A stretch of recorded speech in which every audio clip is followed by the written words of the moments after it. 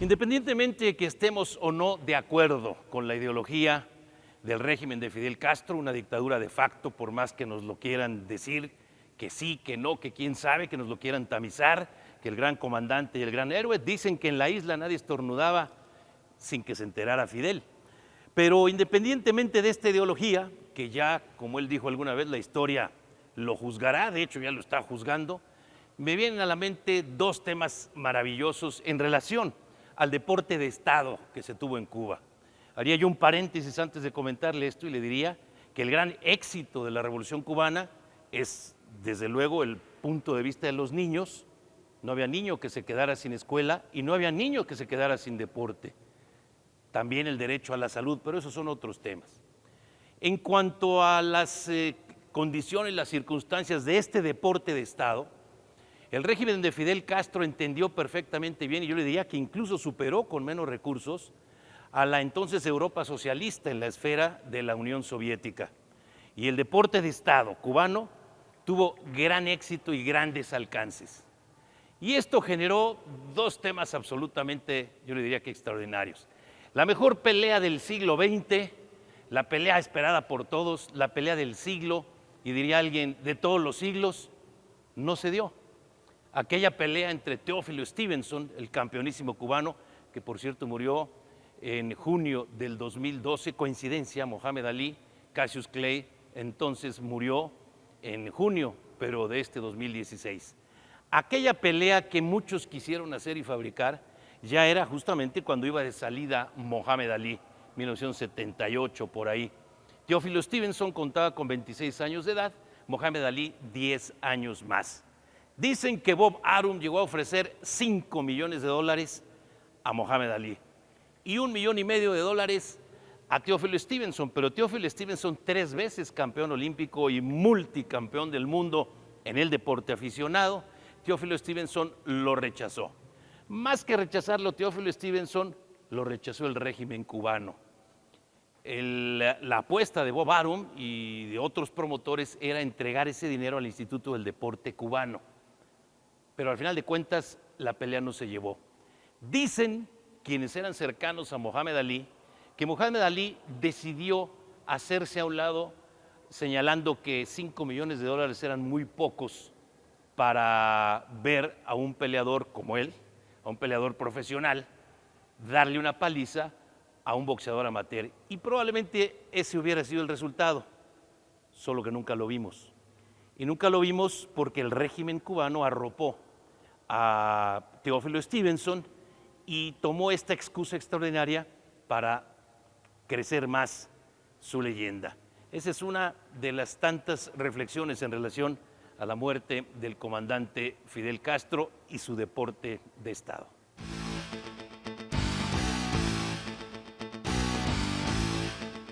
Teófilo Stevenson, el campeonísimo, el que robaba justamente en la época de los hipócritas, el deporte amateur, el deporte profesional. Los profesionales no pueden ser tocados ni con el pétalo de una rosa por los del deporte amateur y viceversa. Esta hipocresía generó también muchas falsedades y muchas leyendas, pero la de Teófilo Stevenson es real. La primera medalla olímpica de Teófilo Stevenson fue en 1972 en Múnich.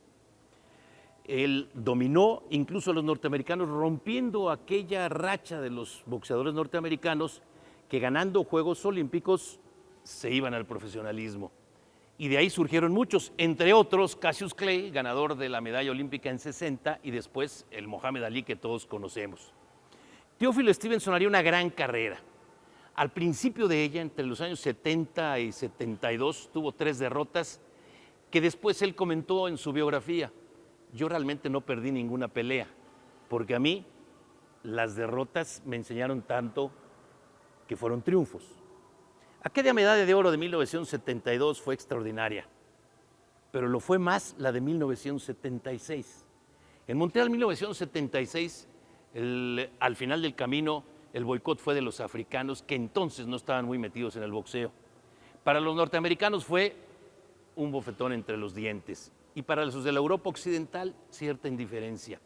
Repetiría Teófilo Stevenson en 1980, cuando los norteamericanos y el bloque occidental entonces boicoteó los Juegos Olímpicos de Moscú en aquella decisión cacahuatera del presidente Carter que después hasta se llevó el Premio Nobel de la Paz. 1980 fue pues la culminación de esa estrella que brillaba, la de Teófilo Stevenson. Solo que el régimen cubano, secundando por supuesto al régimen soviético, decidió boicotear los Juegos Olímpicos de 1984. Al boicotearlos, Teófilo Stevenson ya no pudo defender su medalla olímpica, pero vendría Seúl 88. Y en Seúl 1988, cuando ya se acabaron los boicots de los dos lados, entonces veríamos otra vez a los mejores junto a los mejores. Solamente que el régimen cubano, por una decisión inexplicable en aquel entonces y que ahora entendemos, su deporte de Estado se caía a pedacitos, se caía como un castillo de naipes. Y entonces Cuba no asistió a los Juegos Olímpicos de Seúl, que si lo vemos desde el punto de vista de la geopolítica era un país amigable, un país neutral, con la excepción de Corea del Norte. Y a Corea del Norte se le asoció en aquel boicot a algunos países africanos, Etiopía entre ellos, pero principalmente Cuba. Por lo tanto, Teófilo Stevenson se unió a una generación entera de deportistas cubanos que no pudieron participar ni en 88 ni en el 84, es decir, 10 años. ¿Cuándo reaparecieron los cubanos? Barcelona 92. Solamente que entonces el deporte olímpico había cambiado. El Dream Team de profesionales se fue al básquetbol. Las situaciones y las circunstancias cambiaron. Ya era otro deporte y el deporte de Estado cubano, una vez más, se quedaba atrás. Has come, and the land is dark, and the moon is the only light we'll see. Para entonces, Barcelona 1992 marcaba totalmente las diferencias para el deporte de Estado de Cuba, que como muchas cosas en la isla, se había quedado atrás, no habían evolucionado. Y aquella gran generación, la que encabezó Teófilo Stevenson, Alberto Juan Torena, había desaparecido para una nueva generación, quizá más adecuada a los tiempos, pero los tiempos de la isla, porque en la isla bella, como le dicen a Cuba, el tiempo corre lentamente.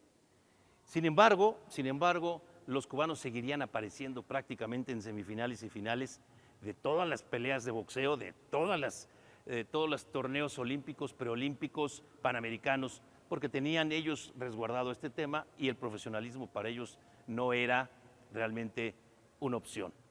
Paralelo a esto, Mohamed Ali había iniciado desde entonces una campaña en pro de la paz, en donde, sí, Mohamed Ali, aprovechando su fama, aprovechando su esfuerzo, aprovechando el ser considerado, es un punto de vista personal, el deportista más importante de todos los tiempos. ¿Por qué? Porque no se lo quedó todo para él, sino que por el contrario, utilizó el nombre de Mohamed Ali o de Cassius Clay en beneficio de la humanidad. Nos hemos quedado cortos con todos los reconocimientos al campeonísimo Mohamed Ali.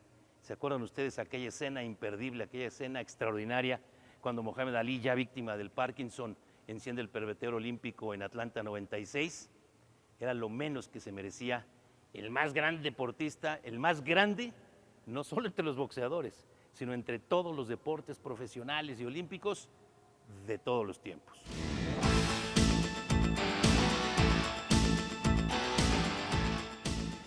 Teófilo Stevenson nunca, pero nunca se quejó de esas dos grandes frustraciones. La primera de ellas, haber cortado su carrera en esa década oscura del deporte de Estado cubano.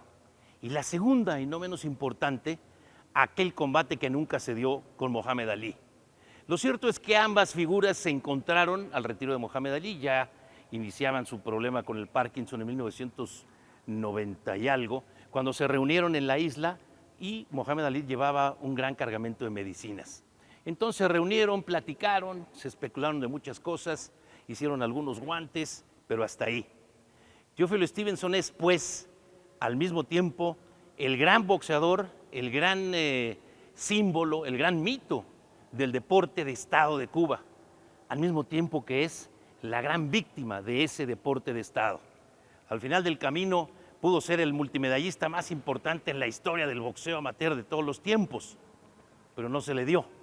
Fueron 3 medallas y después la década oscura. Muere Teófilo Stevenson a los 60 años de edad, muy pronto.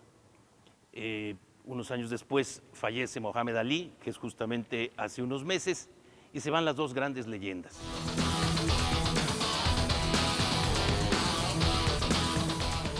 Dicen que el boxeo es el arte de la defensa. Nadie como Mohamed Ali para demostrarlo. Y como Teófilo Stevenson para hacerlo en lo que se llamó el boxeo amateur. Dicen también que el boxeo es el arte de saber atacar con precisión. Mohamed Ali fue el maestro de todos y Teófilo Stevenson lo hizo a su manera. Mohamed Ali fue el gran artífice de la paz, para eso utilizó sus puños y su fama. Y además lo hizo con decisiones humanitarias, yo le diría que prácticas, que se podían cosificar. Fue el mismo caso de Teófilo Stevenson, el gran mito de los atletas cubanos de todos los tiempos. Al final del camino, sus destinos estaban unidos por esa pelea que nunca se dio. Soy Alfredo Domínguez Muro. Hasta la próxima.